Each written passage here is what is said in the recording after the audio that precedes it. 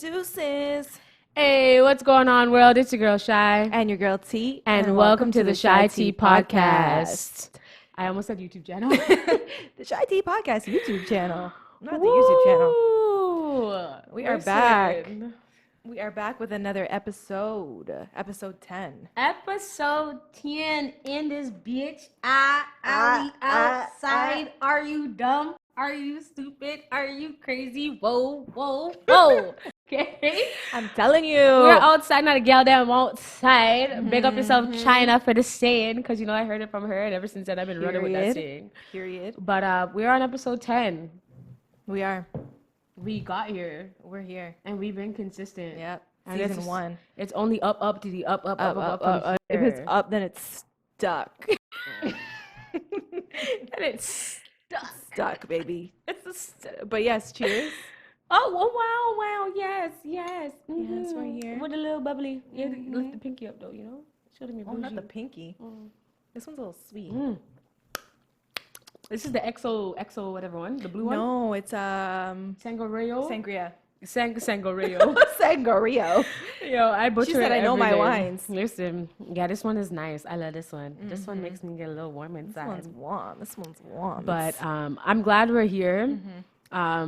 We've had a good run.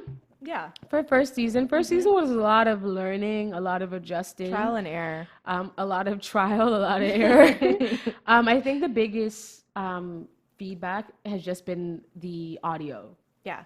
We have been fighting with this audio. Yeah. And it's partly my fault. No. No, it is because I forget. It's okay. We both forget. But now we have a checklist. We're good. We have a checklist, you know. We're outside.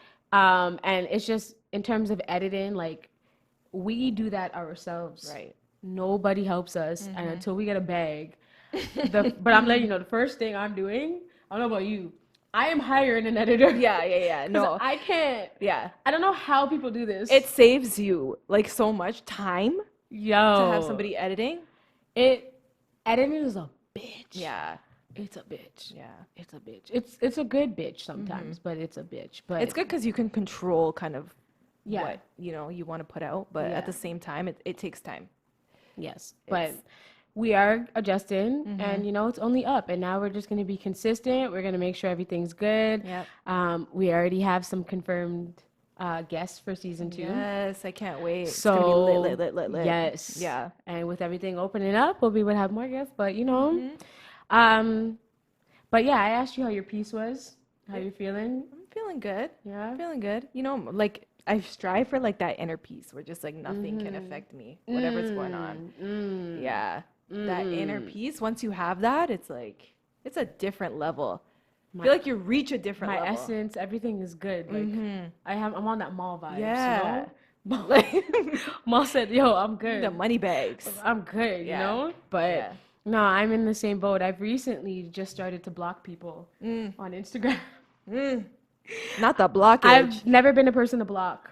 Sometimes it's necessary, though. Yeah, no, I realize, like, there's just certain people, a certain set of people that I just don't want to see. And that mute button? Yo, the mute button, yo, somebody recently unfollowed me, and I didn't even realize. I'm like, yo, I haven't even liked anything of yours in like 2 years because you've been muted, dog.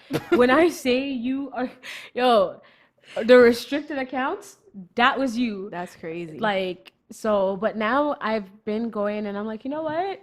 Your energy is not the energy that I need around me. So I've just protect your energy at all costs. I've been blocking these little girls. Yeah. We like that block button. You know, we're going to have a discussion about this on the like that episode, but, you know, we're not going to do that right now. You know what I'm saying? No.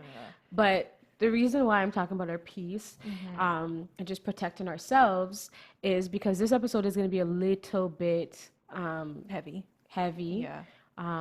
Just to put out a trigger warning for all of our viewers, all of our audio listeners, and all that stuff. Yeah.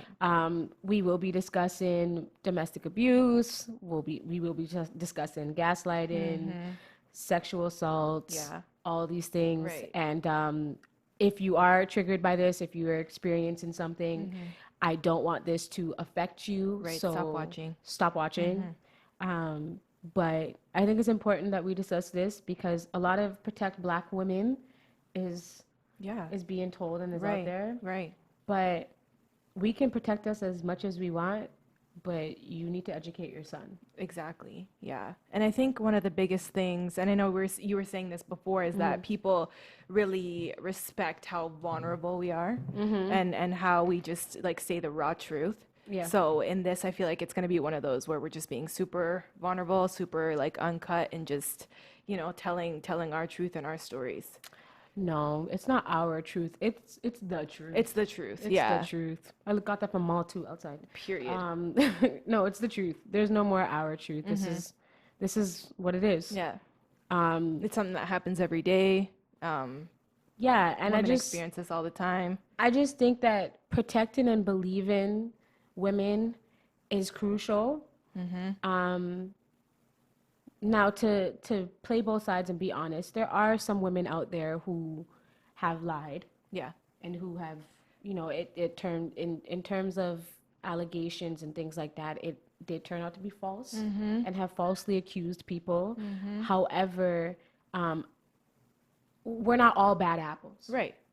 So because you are going to have some bad apples in the bunch, doesn't mean that they're all bad. Yeah. Don't put us all in that category. There's some women who are wild and will do that fuck shit, and then there's other women that don't do that. Yeah. And that you do need to believe. So I think the first thing you need to do is believe before you say that the person's lying. And if it proves is that they're, what is that? I think it's mine. Oh, okay, no problem. Oh, just, you don't know if it's silent, your phone for the, oh, okay. There's that on our checklist? My phone's silent. Oh, but not the watch. Not the watch. It's okay. We're good. But yeah, I just think at that point, it's something that needs to be said. Yeah. No, for sure. Who can we turn to for help?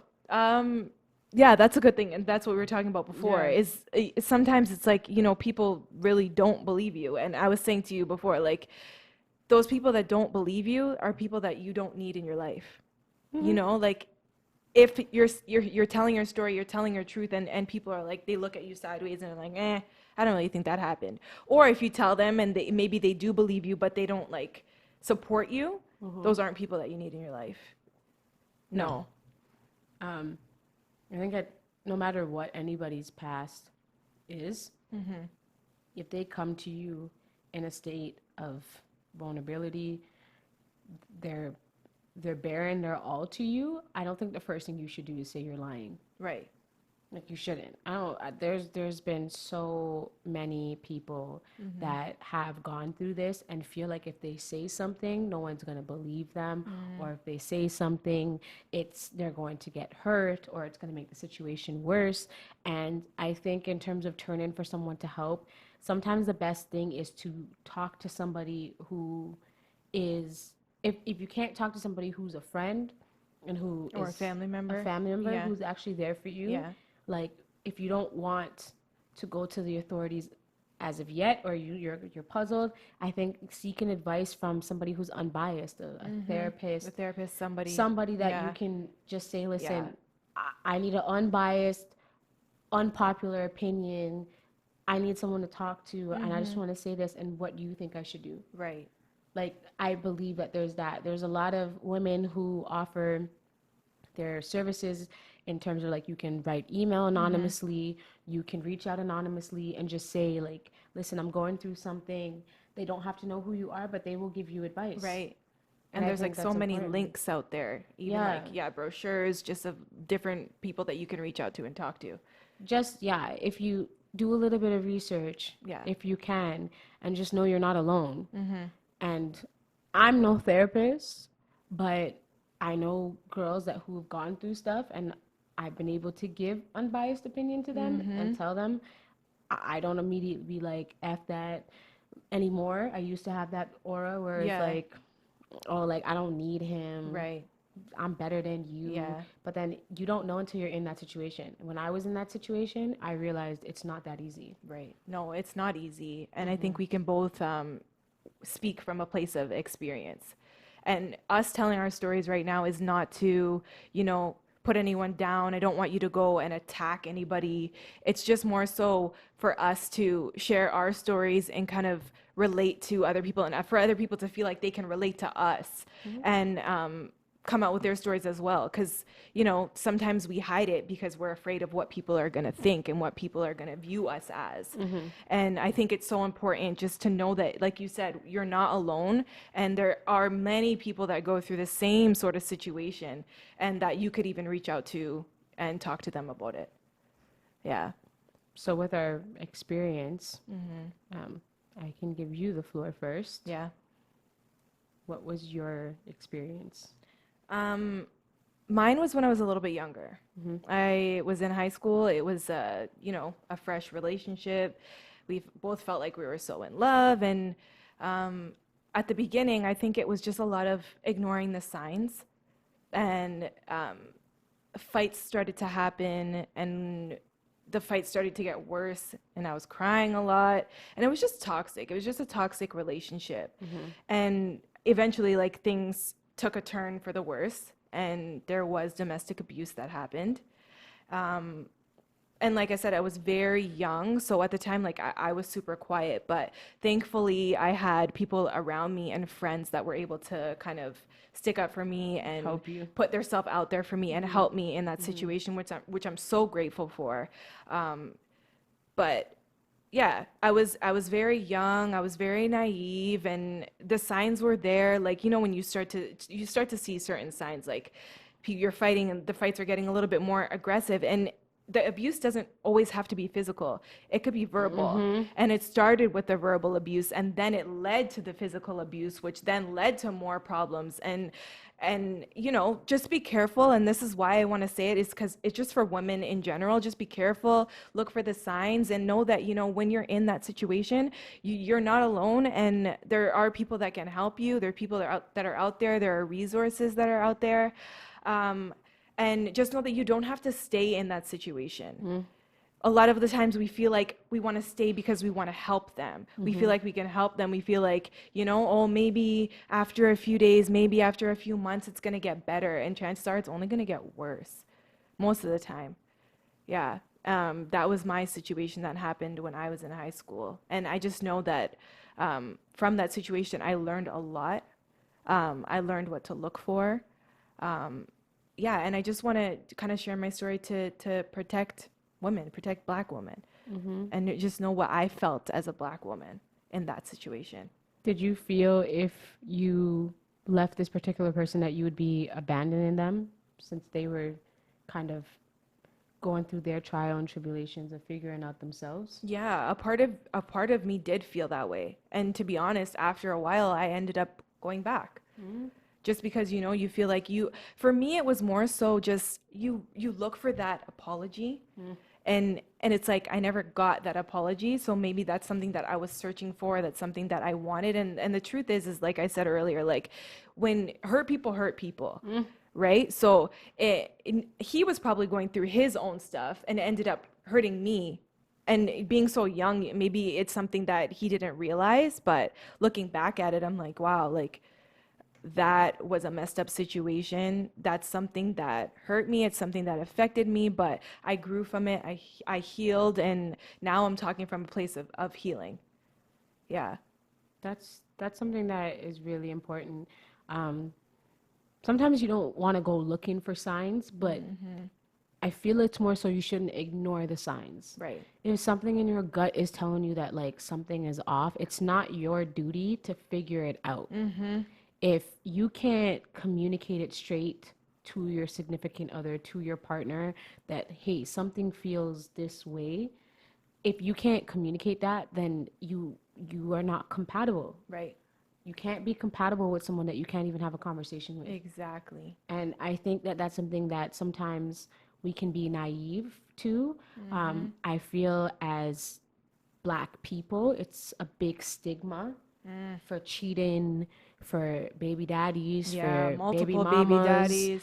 Like, it's that stigma that we are almost welcoming and continuing to keep in our homes. And I think that is the first issue in my eyes. Yeah. It's a generational curse. And I find that I was going down that general curse, and I realized it, and I said to myself, like, if I'm going to break this, I got to do something different. And sometimes being the first person to do something different is the is the key to it being a domino effect in terms of anybody else that is looking at you as a leader, right? Is looking at you as a role model. And Black women, we are strong as fuck. We are strong, and I feel like that's the problem, though. Yeah, it's a gift and a curse. Yeah, we are so strong. We stand and we take a lot, and it's sometimes some men will feel like because we can handle it, you're gonna keep giving and giving and giving and giving and tugging, and it's like you keep pushing me and I keep like, you know, I just wobble wobble. But if I'm showing how firm and how strong I am, they almost are just oblivious to it. Right. My situation is almost similar. It was the same thing. We were both toxic. I think a little bit of difference between you and I in some senses, I was the aggressor. I felt like I had to. I felt like I had to show that side so that you can see I'm not one to fuck with. Was it like the verbal jabs that like got you verbal jabs?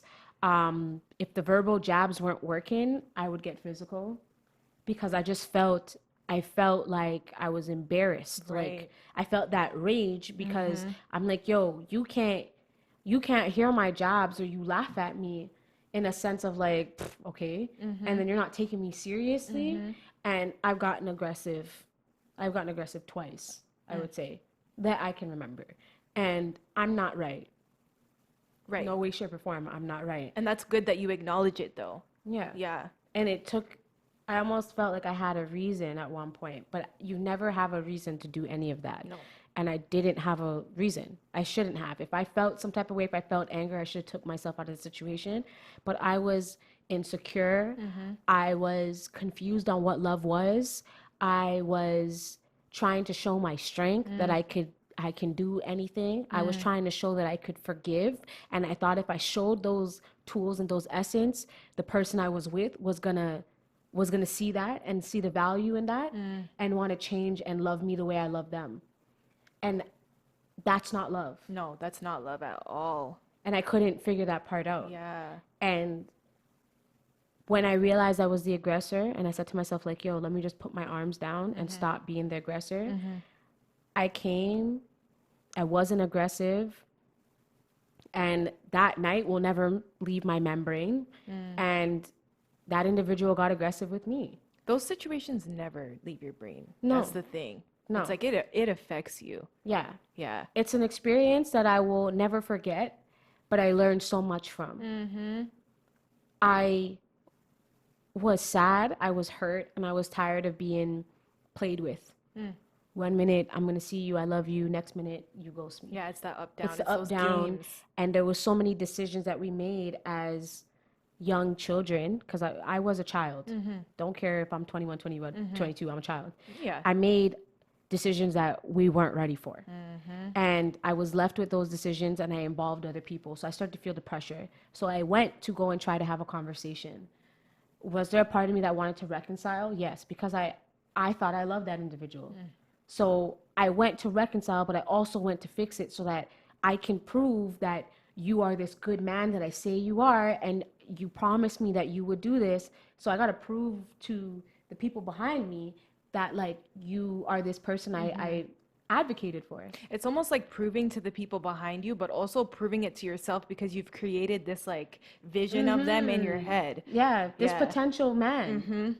I created a potential man in my mind. Yep. I knew I was being cheated on. Yeah. I knew I was being lied to. But I wanted to hear it from the horse's mouth. And I wanted to forgive. I wanted you to see that, okay, you did this, but if you don't do it again, like, you know, but I wanted to know for sure. And everybody could tell me. I can see that there's 2 wine glasses right in front of me, but I would still wait for you to tell me that there's 2 wine glasses in front of me, because that's how vulnerable I was. Yeah, you need to hear it from his mouth. Yeah. Yeah. And I wasn't. And when you get aggressive with me and you start putting your hands on me, and then your friend can't stop you, and your relative can't stop you, and then I'm just there helpless, I don't know what to do. I get scared. And for the first time, with me being the aggressor, with me being toxic, I was genuinely scared that night. Yeah, it's terrifying. Like, I was scared. Yeah. And because of that is the reason why I said to myself, I will never let nobody drape me up, put no set of hands, nothing. As soon as you go this towards me, like it's not gonna be a thing. Yeah. And I hope that this person had learned that lesson. And what I'm grateful for is that I healed from it now. And that's been through therapy. And like how we discussed on the last episode, I had to talk to somebody. Yeah. Because I had trust issues. And it was starting to go into the relationship that I was trying to build. Onto the other relationships. And those PTSD moments where I automatically assume you're doing the wrong, I assumed that in the early stage of my relationship. And I knew I had to go talk to somebody about it, because if I didn't, it was going to affect this person that I was with, and it was just going to be a continuous thing. Yeah. And I had to fix it. Right. It's like a flashback. Yeah, it's just the same thing. Like, oh my God, he's doing this. Oh my God, his phone. And it's from that past relationship. And I can't be mad at how the world is now. Right. Because the world now believes. Yeah.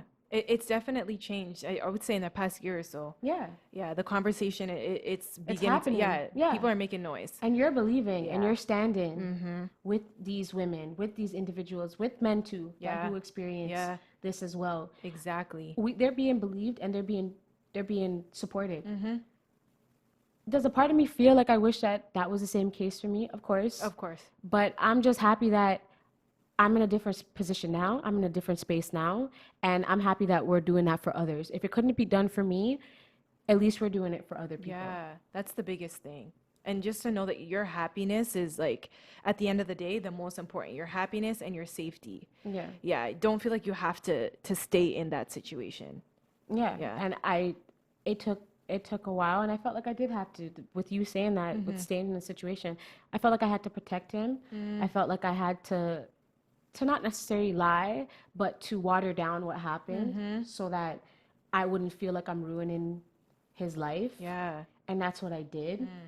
Do I regret doing that? No, I don't regret it, because I see the value of it. I see how important your freedom is. I see how important that is, to be able to walk a life, and to see so many Black men in and out of the system. I didn't want to put another Black man in the system. Yeah, that's the thing too. And it's almost a guilty feeling. It is. And that's the thing I was going to say too, is you're not to blame for being mistreated. At the end of the day. And what you just said, it's so true, because Black men, like, are in the system for so many other things, and you don't want to be the reason. But you have to protect yourself and your safety, because you're what matters at the end of the day. Right. Yeah. And that blocks you from trying to do the right thing. And that's what I did. I stopped it. I said, yo, like, let's just get it over with. Let's just drop everything. Sweep it under We're the good. rug. He apologized, sort of. Yeah. And, I apologized. We're going to work it out on our own. And it didn't. It just got worse after that. It was like, not necessary physical abuse, but it was just more mental abuse, more emotional abuse, playing with my head. Yeah, that stuff is, not to say that it's worse, but it's almost just as bad. Yeah. It is almost just as bad, because when I don't know if I'm going to hear from you or not, that's not an easy feeling. It's an uneasy feeling. It's very because it's so unpredictable. Yeah. And it's like, you want to be faithful and you want to show that you are a strong woman, but it's like, how much more of the pick up, put down can one person take? No. It's like tug of war. After that whole experience, it was almost like, it was almost like 2 years. 2 years of on and off. People didn't know that we were still talking. It was dumb on my end, because I made a mistake to feel like you couldn't be trusted, even though you were doing exactly what I thought you were doing.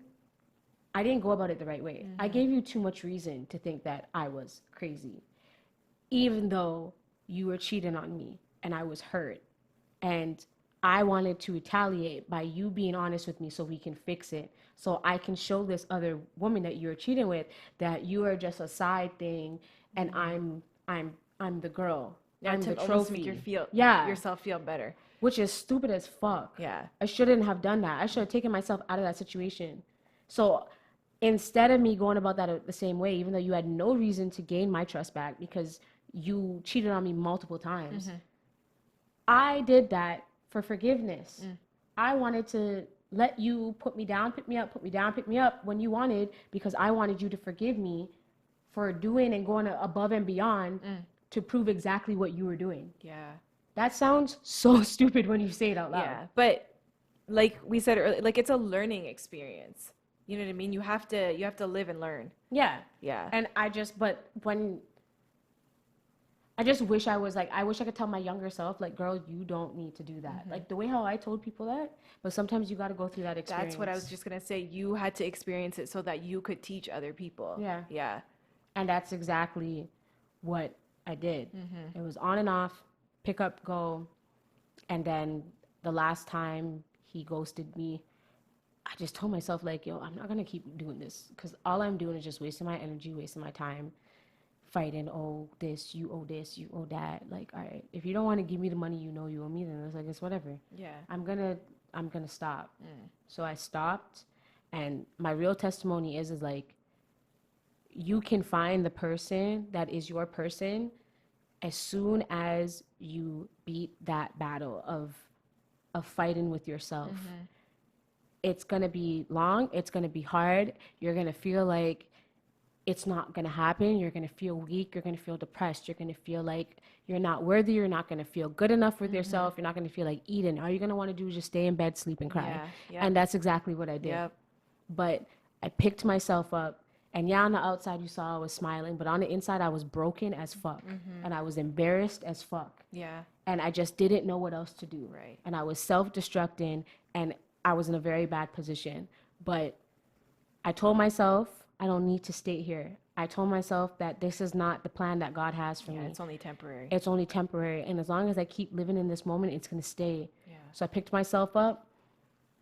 I told myself, yo, like, stop. There's been moments where I've you had that temptation, but I told myself, no. Not this time. Not this time. Yeah. I prayed, celebrated my 26th birthday, closed my eyes, and I said, God, I'm sorry. I got emotional. I cried. I said, just take over.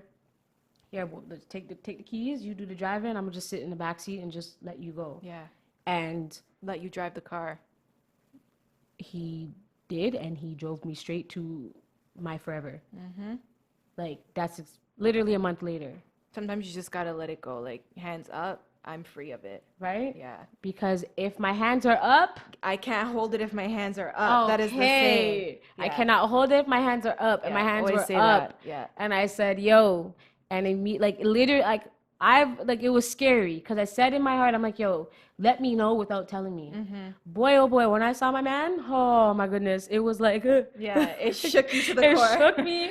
I just saw like the lights and the violins, and I was scared. Yeah. I didn't want to go. Yeah. And I was like, nah. That's a scary moment. It's a scary moment. But yeah, I was listening to something today, and they were talking about how, like, your breakthrough moment, whatever that may be with your career, with your relationship, it always comes after, like, that really dark, deep moment. And growth is uncomfortable at the end of the day. Super uncomfortable. It's so uncomfortable. But when you feel that uncomfortable moment, just know that, like, something great is about to come. Something feels different. It feels strange. It feels different. You're like, ooh, you're like, what's this? happening here? Like, you feel good, but it's like, what is this? It's like a weird type of good. And then it's almost like, okay, and that's what it is. And it's just there is a light. That's what there is a light what at I'm the trying end of to the say. tunnel. There is a light at the end of it. You will be dark. Yeah. But that light will guide you. And as soon as you just stop and just let go, like, truly, and that saying is stop and let go, it'll happen. And thank God I did. Yeah. Because I found the love of my life. Yeah. And he is nothing like what I've had before. Yeah. And that's what I was going to say too, is like, after my, like, toxic relationship came, like, a really good relationship. And I was like, whoa, like, I've never experienced something like this. Just the most amazing man. And obviously, like, things took a turn and we just grew apart because of different things. It had nothing to do with any of that. But he was a good he man. was a good man. Yeah. Yeah. But now I know that you had this was more of a relationship segment, and now we're just stepping into something else now. You experienced something after. Yeah. This experience wasn't so much, like you said, it had nothing to do with a relationship. It was more so just a violation of privacy. It had to do with like a friend group. We went out one day and I remember just something happened and someone was like, oh, like, I'll take her home. You think of nothing of it. Like, you're my friend, it's your boyfriend, sure.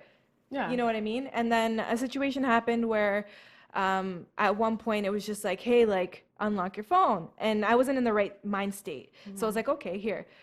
He unlocked my phone and then I think I just went to sleep or something. And then a few days later, I was at the dance studio and I opened up my laptop. And you know how, like, you can sync, like, if you have a MacBook, you know, like, you can sync your phone to your laptop. So that's what mine was. And I opened it and I saw a message, like, to a random number. And then I realized, like, because we had had a conversation before of just, like, where we're going to meet up, I realized who it was. And it was one of my friend's boyfriends. He had sent a bunch of pictures of me to his phone. And, like, these were, like, intimate pictures. Nothing that I would have shared, you know, with anyone. And I noticed that, and I was just like, wow, like, a part of me, like, it just shook me to my core. Because at the time, you're like, whoa, when did this happen? Because I looked at my phone, and I was like, that message was gone. It wasn't there. How did that happen? Yeah, like, how did that happen? And me being me, I wanted to protect the girlfriend, because at the time, she was one of my friends. And I was just like, okay, let me just, like, tell her so that she's aware that, like, her boyfriend's a predator, you know? And me and my other girlfriend, we told her, and it was kind of just like, oh, really? Like, that happened? Nonchalant. Yeah, very nonchalant. And after that situation, he kind of was just like, oh, like, I'm sorry, I deleted the pictures. Don't worry about it.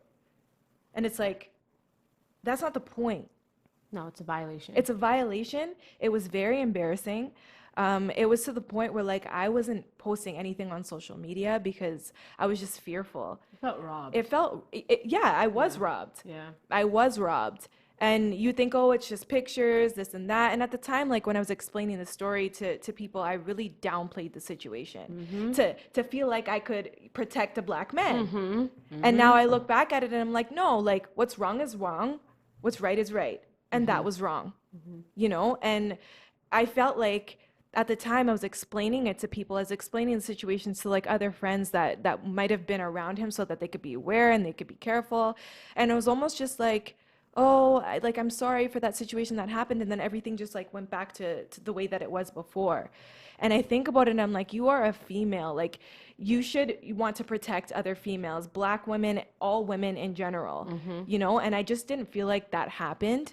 And this is why I want to explain and tell this story, because it's like, just be careful, you know? If it's pictures, if it's verbal, if it's physical, just be careful and make sure, you know, you protect yourself if no one else is going to protect you. And in that situation, you know, we had to take it to authorities because it was theft. Absolutely. And I just felt like nothing was done. Yeah. To this day, nothing was done. And sometimes that is what happens, unfortunately. That's the fucked up situation where you want to go to the authorities and it's like, unless you have the fact that I have to have evidence in this sense, and you have the evidence. The evidence was there. And then they're still like, well, we can't do anything about it. That's the part where it stings. Yeah. And you feel violated. You feel helpless because it's like, all right, well, if they can't help me, what if he does this again? And so that's why I understand why you went and told the other people that are surrounding this particular person and her boyfriend, because it's like, if he could do this to me, what makes you think he can't do it to you? For sure. And that's the issue. And for me, I got mad at you because you didn't tell me. And it wasn't so that, I mean, I would love to go and, but, just give me 5 minutes. Yeah. But, at the end of the day, it was just more so because I would have been there in a way for you that I don't feel like a lot of people were. Like the people that you were kind of going to, and they were just like, I mean, there was a few people that did stick their neck out for sure. Yeah, well, but you would need a little bit more. I would have stuck my neck out further. Yeah. Because you wouldn't have been able to just sit down there, and that would have just been okay. Like, and it's not where I got to feel like I'm overbearing. I got to fight your battles. It's just, that's just not okay. And like how people stand up now and they let it be known, like loudly, like, yo, that's not okay. I don't care if it was just or if I deleted anything. First of all, you're a fucking weirdo if you were doing that. Yeah. And you have a whole girl. Duh. You are a fucking weirdo if you're taking and it's your girl's pictures. Friend. Like, are you dumb? Crazy. You're a weirdo. Yeah. At that point. And your explanation, like, there's no sorry. It's like a nigga. Well, you know, I made a stupid decision. Well, there's no well. And that's the other thing that I wanted to say. People will ask, oh, well, like, what were you wearing that night? Does it matter? It does not matter. That's one of the biggest things that I feel like people ask. What were you wearing? Oh, what did you do? Oh, what like, were you putting yourself out there in a certain way? It doesn't matter. It took, I'm not even going to lie to you, it took 2 years to get to the place that I am right now. It was just recent. That's what I'm trying to say. You can't look at me and say to me, oh, I do. Like, that doesn't help me. Nah. When I feel violated, how can I trust another man? How can you trust me and my boyfriend in your space? Exactly. That's what, like, you know what I'm saying? Yeah. It's that's going to be triggering for you. No, it is. And for the longest time it was. Like, I would protect myself from my friends' boyfriends because of that. Yep. And it's like, okay, you know, it's one situation. Not every situation is going to be that way. But when that situation happens to you, you don't understand how it feels when you're in it yourself. And like, it's crazy because I think about it and I'm like, does this stuff really happen? Like, you think that like it happens on like TV shows. No, this happens in real life. Real life. Every day. Yeah. I think overall, like, it starts with, yes, protect us. Yes, believe us. And when it shows that we're speaking the truth and we are the truth, believe us. Do I say cancel, push this person aside? No. But men need to hold their friends who are men accountable. Hold your dogs them accountable. Look at them and say, yo, I don't care if this happened 10 years ago, you fucked up. There's no excuse. Yeah. There's no excuse. It's not a negotiation. There's no denial. Like, that's what it is. Yeah. There's nothing else. Oh, well, I don't care what it is. As soon as you raise your hand to a woman, as soon as you violate a woman, as soon as you assault a woman in any type of way, you are wrong. I don't care. Yeah. I could have cheated on you 37 times. That does not mean you put your hands on me. It doesn't make it right. If I'm this crazy person that you like to deem that I am, and that's also that narrative of being crazy, I hate that. Yeah. That gets me upset. That irks me. That gets under my skin. So all I'm saying... Forgive, but don't forget. I was just about to say that. You took the words out of your mouth. Forgive, but don't forget. Yeah. And hold your friends accountable. That's it. That's on period. Yeah. But I'm just happy that we both came to a place of healing. I'm happy that we are where we are now. I'm happy that we're able to be vulnerable with our audience. Yeah. I'm happy that, you know, you and I are just better. Yeah. And the reason why I feel like we're able to be so vulnerable with our audience is because of them. You know, it's because of the support. It's because you guys are there. You're supporting us. You're riding for us. And just, I feel like that's why we do it. You know, like I said, you're going to have some bad apples, but there are some good apples out there. Yeah. And there are some good friends that will hold you down. Exactly. And if you know someone is a good friend for you, confide in them and just, you know, encourage your friend to do whatever they feel is the right thing. And it'll affect them in the right way. Yeah. In a sense, it's almost like all of this pain and struggle will all be worth it one day. Yes. Like, it is worth it. I can already see it happening in my life.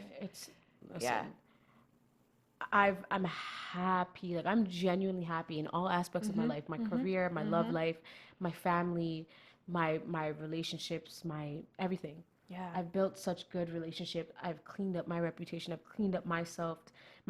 I've made sure I had my platform to say what is the truth. Yeah. And I'm just so happy we took a chance on ourselves. I'm so happy that we ended season 10 with this episode because it allows you to see we went from this to this. Yeah. And there's levels to this shit. It's possible. All you need is a good patience, some ice cream, a therapist, and don't be afraid to cry. Yeah. Bawl your eyes out. Yeah. And I just thank y'all for riding with us. Yes, thank you so much for watching. We're not going to stop because, season 2 is just now. So don't think we're going on no hiatus. We ain't stopping, can't stop, won't stop, get guap. Because, Bars. I'm out here. We are outside. Yeah.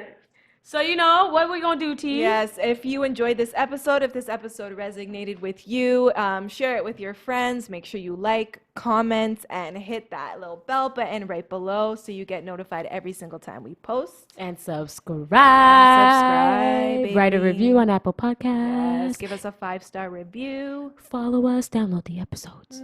At CheyTea Podcast. You already know what it is. Outside ASMR.